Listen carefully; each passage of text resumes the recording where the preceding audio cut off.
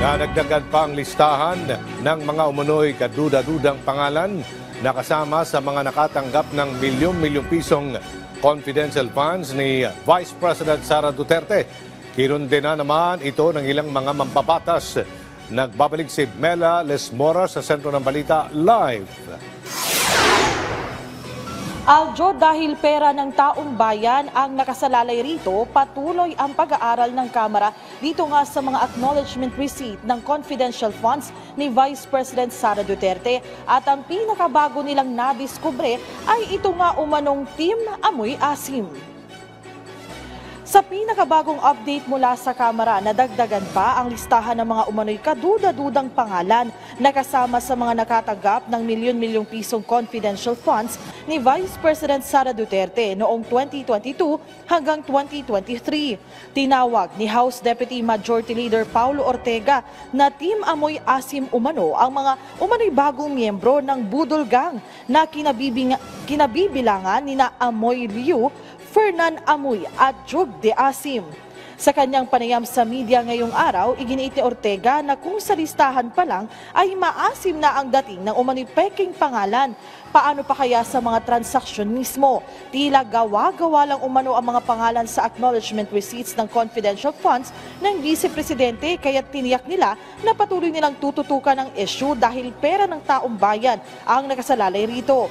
Inaasang magagamit ang mga bagong ebidensya sa impeachment case laban kay Vice President Duterte, bagamat una nang pumalag si Duterte sa mga akusasyon ng ilang kongresista at iginiit na walang paglabag sa naging paggamit nila ng confidential funds. Galing po to sa listahan naman ng DepEd. So as confirmed by yung PSA po, same situation po sila. Walang birth certificate, walang marriage, saka wala rin pong death certificate. So kitang-kita po natin na yung pattern is the same. Pareha po yung sitwasyon nung Mary Grace Piatos, si Miggy Mango, si Jay Camote, saka yung mga iba pong pangalan. Aljo, matatandaan na unang naungkat itong issue nga ng umano'y anomalya sa confidential funds ni Vice President Duterte sa mga pagdinig ng House Committee on Good Government and Public Accountability. At hanggang ngayon, dahil nga libo yung ipinasa ng OVP at DepEd na acknowledgement receipts dito nga sa confidential funds ni VP Duterte, ay talagang iniisa-isa to ng mga kongresista para matukoy nga kung dito nga ay may problema o wala. Aljo? Mela, paano makatutulong sa prosekusyon sa impeachment trial itong mga bagong ebidensya na hawak-hawak ng Kamara laban sa pangalawang Pangulo?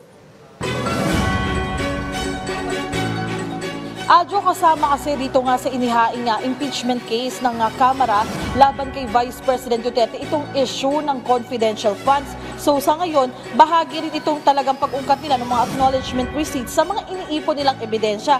At naniniwala si Congressman Ortega na malaki yung maitutulong nitong mga ebidensyang ito para nga mapatunayan na may nagkaroon ng irregularidad umano dito nga sa paggamit ng confidential funds ni VP Duterte. Pero sa ngayon, Aljo, nabanggit din naman sa interview ni Kong Ortega kanina, ay talagang hinihimok nila ang kampo ni Vice President Duterte na magpaliwanag ukol nga dito sa mga issue ito para maliwanagan din yung ating mga kababayan kapag sinimulan na ang impeachment trial ng Senado.